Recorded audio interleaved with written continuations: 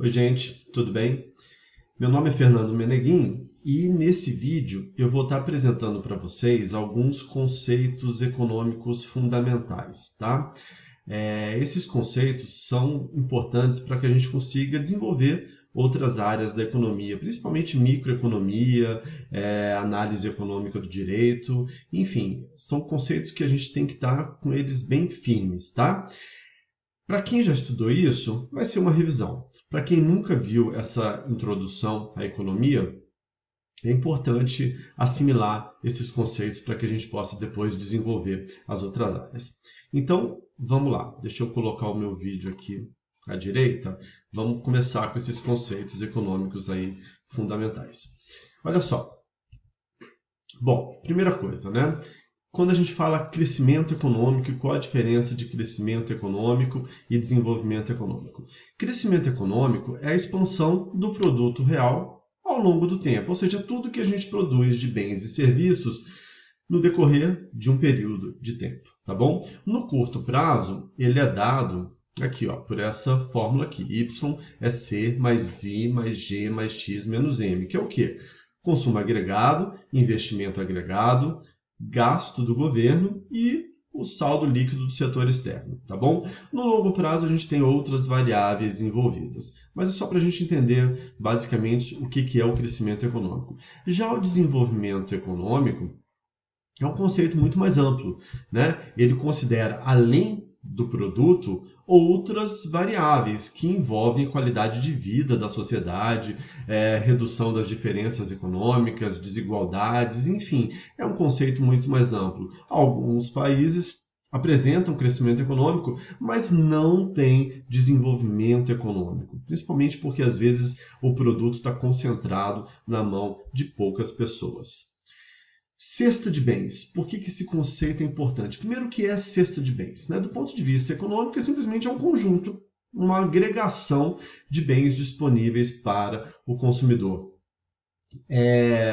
Esse conceito é importante porque ele permite a gente fazer diversas aferições. Né? Não é à toa que tem um conceito muito famoso que é o da cesta básica.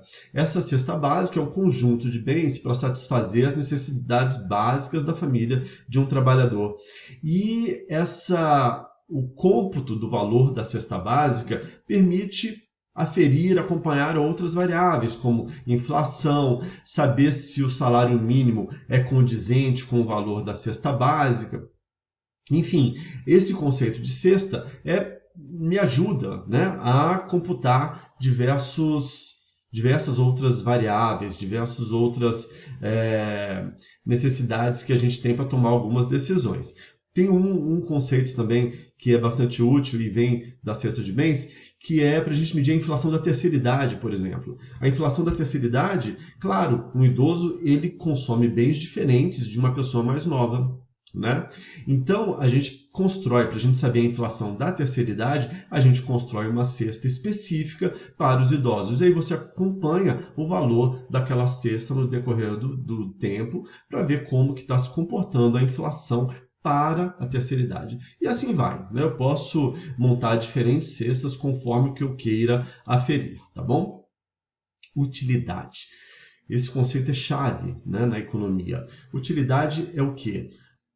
Ela me mede a satisfação da firma, enfim, né? Ela me dá quanto que determinada ação, determinado consumo vai gerar de satisfação para a pessoa. Olha aqui a definição, né? A gente sabe que as preferências das pessoas, elas podem ser apresentadas numericamente.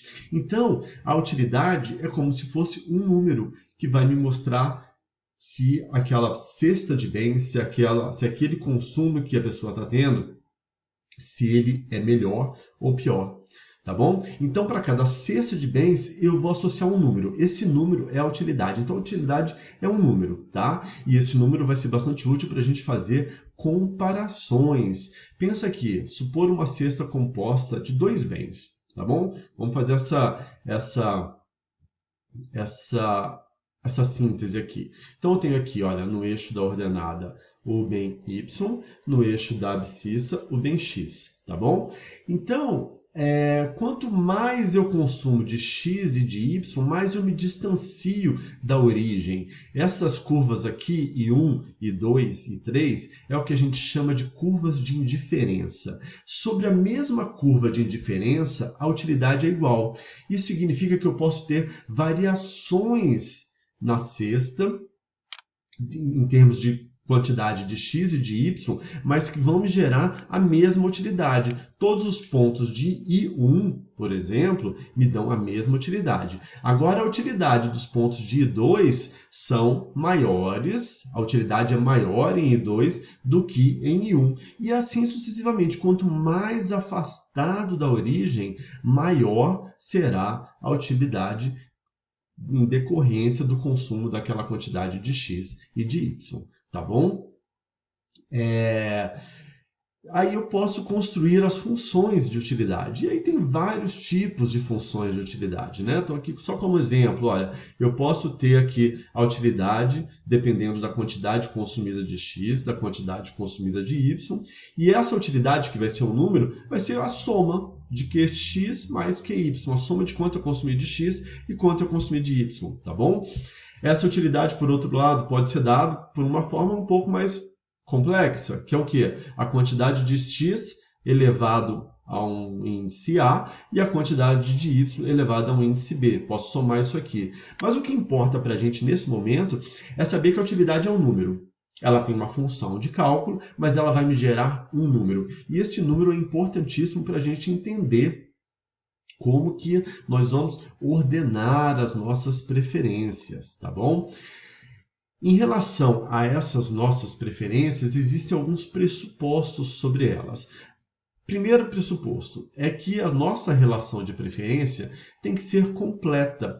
Isso significa o quê? Uma relação de preferências completa é que o consumidor ele é capaz de escolher entre todas as possibilidades apresentadas, tá bom? Ele tem que saber se manifestar sobre todas as possibilidades.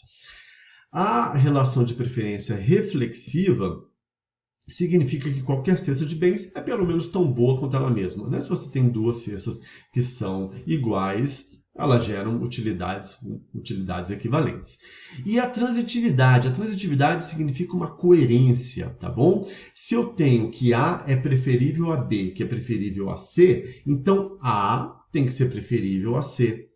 Eu tenho que manter essa coerência na minha ordem de preferências. Isso é a transitividade. Aqui eu estou colocando várias preferências. Uva é preferível a melão, laranja é preferível a manga, melão a laranja, uva a manga. Com base nisso que eu estou fazendo 2 a 2, eu tenho que traçar uma relação de preferência para todas elas. Uva é preferível a melão, que é preferível a laranja, que é preferível a manga. E eu não posso ter incoerência nessas escolhas, porque senão eu estou quebrando a transitividade, ok? Outro conceito também bastante útil é o da utilidade marginal. Sempre quando a gente usa essa palavrinha marginal em economia, significa que é em decorrência de um a mais. Então, a utilidade marginal é o acréscimo na utilidade decorrente do aumento do consumo de uma unidade. Eu consumi uma unidade a mais, isso vai me dar a utilidade marginal, tá bom? Então, aqui um exemplo. Vamos pensar que a utilidade de A, da pessoa A, é dada conforme a quantidade que ele consome de X, conforme essa fórmula aqui, 1 mais 2 vezes Q de X, tá bom? Então, se ele consumir uma unidade, qual vai ser a utilidade dele? Que é x igual a 1, né? Só substituir ali e dá 3. Se ele consumir 2 unidades, que é x igual a 2, a utilidade de A vai ser 5. Então, qual foi a utilidade marginal? Eu aumentei uma unidade no consumo e a utilidade marginal, o acréscimo na utilidade, foi de 2, né? 5 menos 3. Isso é a lei, é a utilidade marginal. E com base nesse conceito da utilidade marginal, eu tenho um outro conceito, que é o da lei da utilidade marginal decrescente. Isso significa o quê? Que à medida que aumenta o consumo de determinada mercadoria, diminui a sua utilidade marginal. Ou seja, quanto mais eu consumo de alguma coisa, menos utilidade aquele consumo extra vai estar me dando. A intuição por trás disso é o quê? Que nós valorizamos mais uma unidade adicional daquilo que é escasso, daquilo que eu tenho pouco. À medida que eu tenho muito de algo, que aquilo é abundante para mim, se me dá um pouco mais daquilo, já não vale tanto. A utilidade marginal vai ser pequena, tá bom? Uma decorrência da lei da utilidade marginal decrescente é uma outra lei que a gente chama lei da renda marginal decrescente, que significa o quê? Quanto mais dinheiro eu tenho, menos renda, quanto mais dinheiro eu tenho, quanto mais renda eu tenho, um acréscimo à minha renda não vai me gerar tanta utilidade mais. Agora, se eu ganho pouco, se eu tenho pouca renda, um acréscimo na minha renda faz muita diferença e gera uma utilidade muito grande, não é? E isso a gente pode pensar no impacto nas políticas públicas. Se eu tenho recursos escassos nas políticas, né, para o Estado atuar por meio das políticas públicas, o que eu tenho que fazer? Como que eu consigo gerar mais utilidade para a sociedade? Eu investir para as pessoas que possuem menos renda, porque para aquelas que possuem menos renda, a utilidade vai ser muito maior do que ela for receber, né, do que eu dar dinheiro para pessoas que já têm bastante renda. Então, isso é algo para a gente pensar, na hora da gente pensar em políticas públicas. Como que eu vou aumentar a utilidade da sociedade, ou seja, o bem-estar social?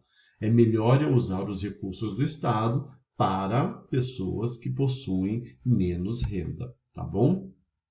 Tudo bem. Um outro conceito importante que a gente vai estar falando sempre é o de maximização. O que é o conceito de maximização? Eu vou escolher a melhor alternativa, considerando as minhas restrições existentes. E isso é de todos nós. Todos nós queremos maximizar a nossa utilidade, né? Queremos ter o máximo de retorno possível. E como que eu maximizo a minha utilidade? Olha só, lembra naquele gráfico? Vamos pensar que eu estou consumindo dois bens só, tá? Aqui é x2 no eixo da ordenada e aqui é x1 no eixo da abscissa. Claro que eu vou querer estar sempre o mais distante possível da origem. Porque quanto mais distante eu estiver da origem, significa que eu estou tendo mais de x1 e de x2.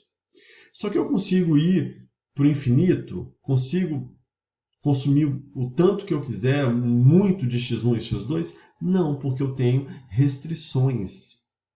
Essas restrições podem ser restrições de dinheiro, podem ser restrições de tempo, enfim. Isso nesse gráfico é representado por essa reta aqui, que é a minha restrição orçamentária. Tá? Então significa o quê? Que eu não consigo consumir além dessa restrição orçamentária. Eu gostaria de consumir o máximo possível, mas eu tenho isso que me impede de consumir o máximo, de consumir muito mais, tá? Então, qual vai ser o ponto máximo? É o mais longe que eu estiver da origem, respeitada a restrição orçamentária.